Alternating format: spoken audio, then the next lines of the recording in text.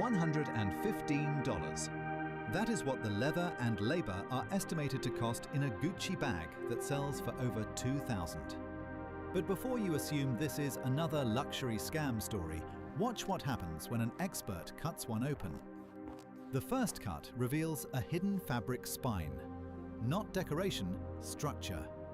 Multi-layer construction. Structural supports engineered like architecture.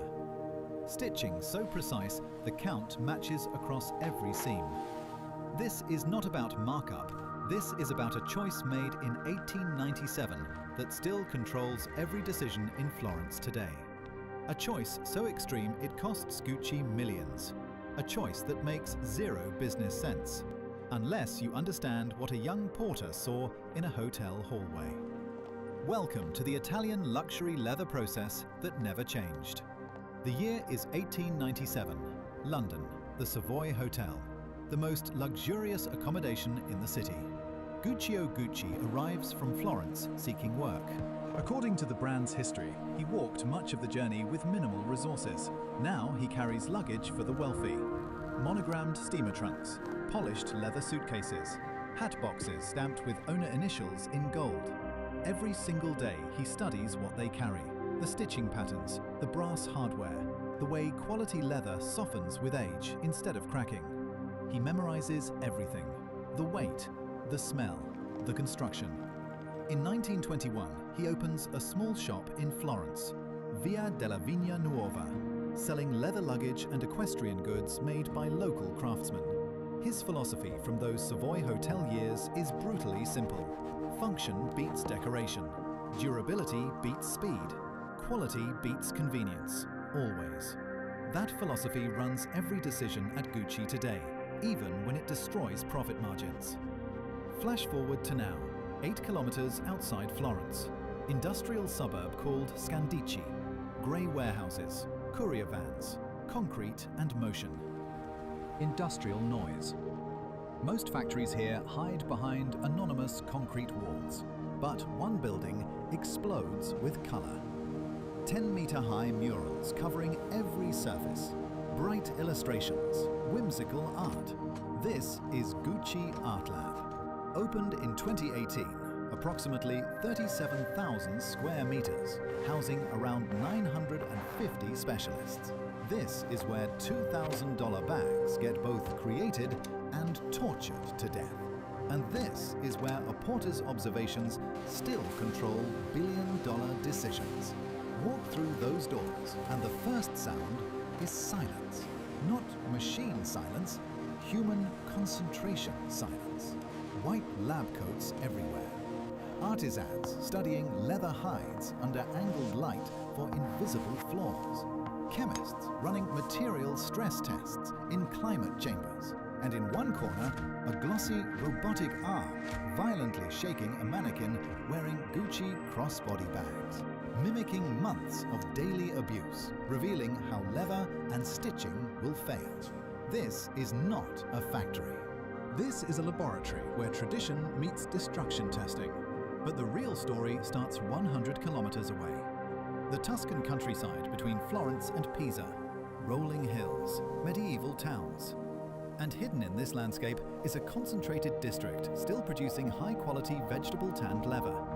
Multiple tanneries, some family-run for generations. Many using methods that predate Guccio's birth. And this is where Gucci made the decision that makes accountants cry. Most leather worldwide uses chrome tanning. You dump the hide in chromium salts. 4 hours later, it is finished. Fast, cheap, efficient. Roughly 90% of the industry does it this way. Gucci chose the opposite. Vegetable tanning. Oak bark, chestnut, mimosa bark. Natural plant tannins that penetrate leather slowly. The process typically takes 40 days minimum. Premium hides can soak for 60 days. 40 days versus 4 hours. That is the first choice that makes zero financial sense.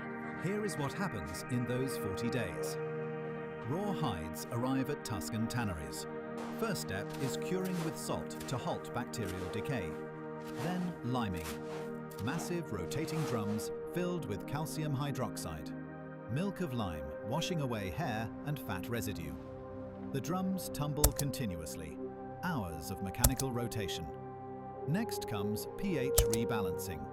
Different drums, different chemical baths, preparing leather to accept tannins. Now the critical phase. Tanning drums, filled with water and vegetable extracts. And this is where things get interesting. Master tanners guard their formulas. Specific blends of plant tannins. Ratios often passed down through families. Some recipes are centuries old. But the part that matters is not just the tanning. It is what happens after. The hides start in drums with weak tannin solutions, then move to progressively stronger concentrations, week after week, slowly absorbing more tanning agents, gradually taking on new physical properties. Guccio never saw a tanning drum in his life. He died in 1953. But the formula he chose back in 1921, slow over fast, natural over chemical, quality over convenience, still controls these drums right now. Every master tanner here is protecting recipes Guccio would recognize, because this is what 40 days creates. Under magnification, vegetable tanned leather shows tight, uniform fiber structure. Chrome tanned leather shows irregular fibers. Vegetable tanned develops patina and strengthens with age. Chrome tanned can crack within years of hard use. The fiber science is settled. Time tightens the structure, but time costs a fortune. Here is the hidden cost: time sitting still. After 40 days of tanning, the leather still cannot be used immediately. It must rest for months. Fresh tanned material behaves unpredictably, shrinking, stretching, reacting to humidity fluctuations. Only aged leather becomes stable, predictable, workable. Every extra day sits on a shelf, paid for, insured, and doing nothing. Because Guccio decided durability mattered more than quarterly earnings in 1921, now the leather finally arrives at Art Lab. Temperature-controlled trucks, suspension systems preventing vibration damage during transport. Because at this point, each hide represents massive investment. 40 days of tanning, months of aging, premium selection process. For many premium lines, Gucci uses full-grain leather. That is the outermost layer of animal skin, the most durable section, the part showing natural surface characteristics, scars from barbed wire, insect bite marks, growth lines. Most tanneries sand these imperfections away for uniformity. Gucci often keeps them visible because authentic full-grain leather shows unique patterns. No two bags look identical. This creates manufacturing complexity, but Florence accepts this. Walk into the materials archive at Art Lab. Tables overflowing with current season samples. Massive climate-controlled vaults containing decades of options. Everything from butter-soft Italian calfskin to exotic skins meeting strict international regulations. Stretched anaconda hide for inspection. Ostrich skin showing natural quill patterns. Python dyed electric orange and blue for prototyping. Crocodile from regulated farms. Every piece tagged, every piece registered. Every piece traceable to origin. In 1947, a war shortage forces a mistake that becomes a signature. And here is what surprises people. Gucci does not just use leather. They manufacture proprietary canvas. And everyone assumes canvas is the cheap option. It is not. It gets woven to a weight spec, coated for weather, and the monogram has to land within a tight tolerance, because your eye notices misalignment before any machine does. The coating recipe has stayed locked down for over a century. Every meter gets human eye inspection. Machines catch technical defects, but miss aesthetic wrongness. Humans see when something looks incorrect, even if measurements pass. Now both materials are ready for cutting. Watch Paolo work. He is studying a leather hide like a cardiac surgeon studying an angiogram before cutting. His fingertips press the surface repeatedly, checking thickness variance, searching for grain direction. Under precisely angled light, he identifies marks invisible under normal illumination, tiny imperfections that passed 2 previous inspections. He rejects sections most people would approve. His personal standard exceeds the factory standard. For a Gucci Savoy duffel, he will cut approximately 50 separate leather pieces. Every single component must be cut respecting grain orientation. Leather has directional grain structure exactly like wood. Cut against the grain and it weakens. Cut with the grain and it lasts for decades of hard use. Paolo spends roughly an hour arranging cutting templates like solving a complex puzzle. Finding optimal layout, maximizing usable pieces, minimizing waste of both material and animal life. That hour represents pure labor cost. But the obsession survived Guccio. Leather forgives nothing. One mistake means a new hide. This is why cutters train for years before touching production material. This is why they earn specialized craftsman wages. Now walk down the hall to the bamboo room. This room exists because of a crisis in 1947. World War II just ended. Leather remains scarce across Europe. Rationing continues. Metal for hardware is restricted. Gucci desperately needs handles for handbags, but traditional materials are unavailable or prohibitively expensive. Someone suggests bamboo. Lightweight, incredibly durable, still importable from Japan despite shortages. Artisans start experimenting. They discover that heating bamboo over open flame makes it temporarily pliable. You can bend it into curved shapes while hot. When cooled, it hardens permanently into that new form. In 1947, this was pure necessity, desperation innovation. Today, it is the signature that sells bags. And the essence of the process has not changed. Same flame, same timing, same hands.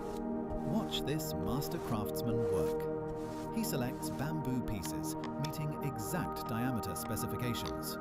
Node placement matters. Straightness matters. He holds it directly over open flame.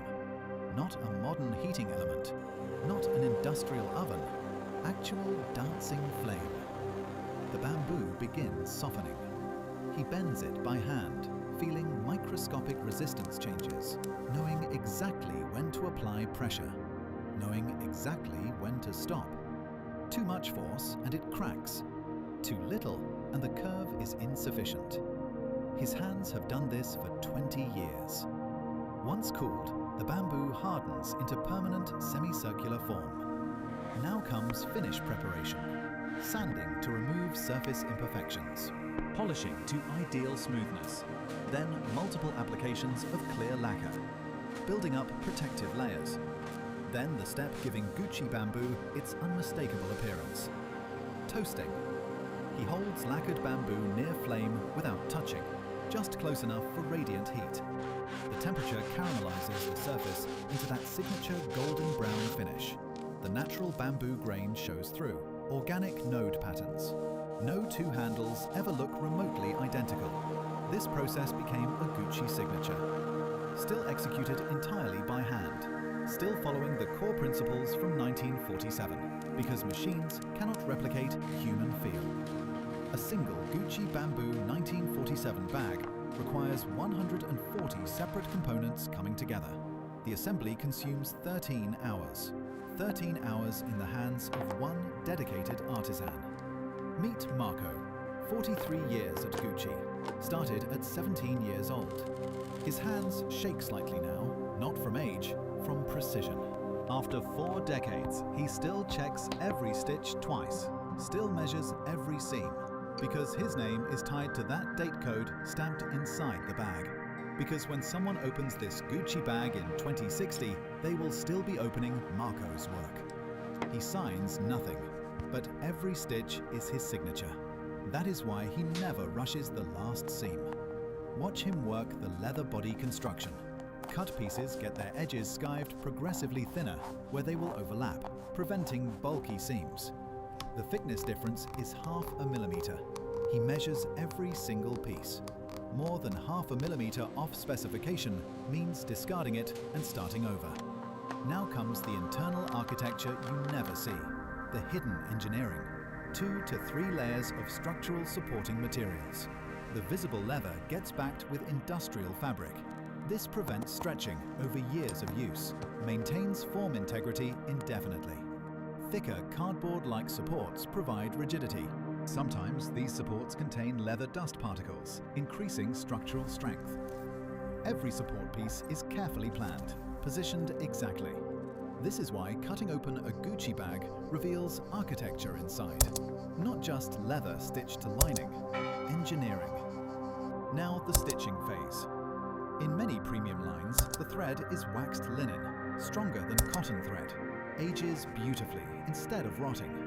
Certain critical seams use saddle stitching, 2 needles working, completely by hand. The technique from the 1800s, much slower than machine stitching, but creates seams with exceptional durability. The thread can break, the leather can tear, but those hand-stitched seams hold longer than almost anything else. Marco works on one bag for hours without switching projects.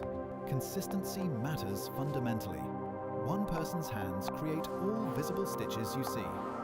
Count the stitches on quality Gucci seams. They are precisely spaced. The tension is carefully controlled. This is human attention. This is 43 years of accumulated experience in every single stitch. Now watch Giotti handle edge finishing. 7 coats of edge paint minimum, each coat thinner than paper. Each must dry completely between applications. You cannot rush this step. The paint seals cut leather edges, preventing fraying and moisture damage. After 7 coats comes heat burnishing. This fuses paint and leather. That glossy edge is not just decorative, it is structural protection. It preserves the leather for decades. Sabrina completes final stitching, ensuring every seam lies perfectly flat. Verifying tension is ideal throughout. The bag is technically complete now, but definitely not approved yet. Here is what separates Gucci from mass production operations. Stress testing. That robotic arm shaking mannequins violently. It runs for hours, simulating months of daily commuter abuse. Chemists subject leather samples to climate chamber extremes, intense heat cycles, freezing cold, humidity fluctuations. They intentionally torture everything. Zippers must glide smoothly after thousands of operation cycles. Hardware gets pulled forcefully, twisted, stressed beyond normal use. If critical components fail, the design can return to development. Not just that individual bag, the design concept itself. Every finished bag receives unique identification, serial numbers, quality verification, digital authentication codes. The codes are not just tracking, they are accountability. Someone's name without a signature. If a bag returns defective, they know whose hands touched it. This creates personal responsibility. This makes people care deeply. Now the economics everyone wants to understand. Based on expert analysis, raw material and direct labor costs are estimated around $115 for components in bags that retail over $2,000. Gucci bags typically range from $1,000 to $3,000. Exotic leather limited editions can reach $30,000. So what are customers actually paying for? You are paying for 40 days of vegetable tanning, when chrome takes 4 hours. You are paying for months of leather aging in warehouses. You are paying for 13 hours of Marco's concentrated attention on your bamboo bag. You are paying for 7 coats of edge paint. You are paying for fabric backing preventing stretch. For structural supports engineered like architecture. Many premium lines prioritize lower impact tanning and stricter chemical standards. For leather developing rich patina instead of cracking. But here is what you are really buying. Training infrastructure. L'École de l'Amour, School of Love. Inside Art Lab, there are dedicated classrooms, specialized workshops, master artisans teaching next-generation craftspeople. Marco teaching pattern-making principles after 43 years. Retired master craftsmen returning to transfer techniques. Students learning on actual production floors, touching real materials, feeling real culture, absorbing generational knowledge. This costs millions annually. This generates zero immediate revenue, but it happens anyway. Because when Guccio walked through the Savoy Hotel in 1897 carrying luggage, he learned something profound. Quality is generational. Skills must transfer human to human. Knowledge must survive beyond individuals. In 2017, Gucci made a strategic decision. They were outsourcing a significant portion of leather goods production to independent suppliers, small family-run workshops scattered across Tuscany, some financially struggling, some facing succession crises as master artisans aged without apprentices. Gucci started acquiring them, creating joint ventures, offering exclusive long-term contracts. The strategic goal was reducing external dependence, bringing production in-house. This is enormously expensive. This is logistically complex. But Gucci witnessed what happened when artisan knowledge disappeared, when small workshops closed permanently, when techniques died, with retiring craftsmen leaving no successors. So they brought production internal, not just for control, for preservation of knowledge. And here is the circular economy dimension often overlooked. Those Tuscan tanneries using vegetable tanning processes, they recycle nearly everything. Hair removed from raw hides becomes agricultural fertilizer. Sludge from wastewater treatment facilities gets repurposed as construction material components. The tannins themselves are biodegradable. Many premium lines prioritize lower impact processes. This is the traditional way, the expensive way, the way respecting both craftsmen and environment.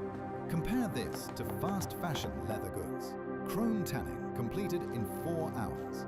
Synthetic finishes that can crack within years. Bags assembled in minutes instead of 13 hours. Leather appearing uniform because natural grain got sanded away. These bags cost $50 retail. They can disintegrate within months. Customers replace them constantly, creating waste. Quality Gucci bags can function for decades, get passed down generations, develop unique character, maintain resale value. The bamboo bag design from 1947 still works today. Vintage pieces still function beautifully. That is what 40 days and 13 hours creates. Legacy. Here is what never changed. The vegetable tanning. 40 days when the entire world switched to 4-hour chrome tanning. The bamboo bending over open flame. Core technique from 1947, crisis innovation. The Florence geographic location. Same Tuscan region since 1921 founding. The artisan handcrafting philosophy. Still employing Italian craftspeople when outsourcing was dramatically cheaper. The full-grain leather selection in premium lines.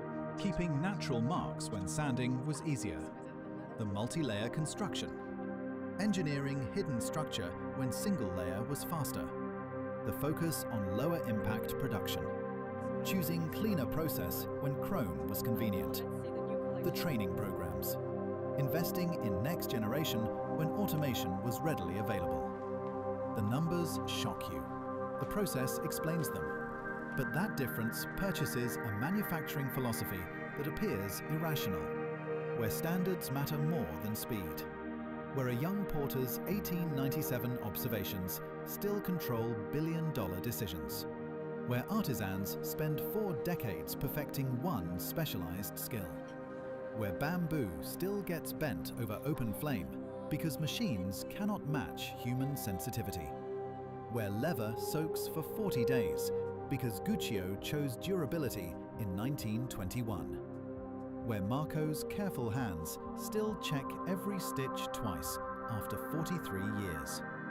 You are not buying leather and thread, you are buying time. 40 days of tanning, months of aging, 13 hours of assembly, 43 years of Marco's experience in every stitch, decades of family tanning recipes, centuries of Tuscan leather tradition. You are buying the choice to do things the slow way when the world went fast, the expensive way when the world went cheap, the human way when the world went automated. That is what sits inside the orange Gucci box. That is the Italian luxury leather process that never changed. He carried luggage. he carried a blueprint. Welcome to Florence.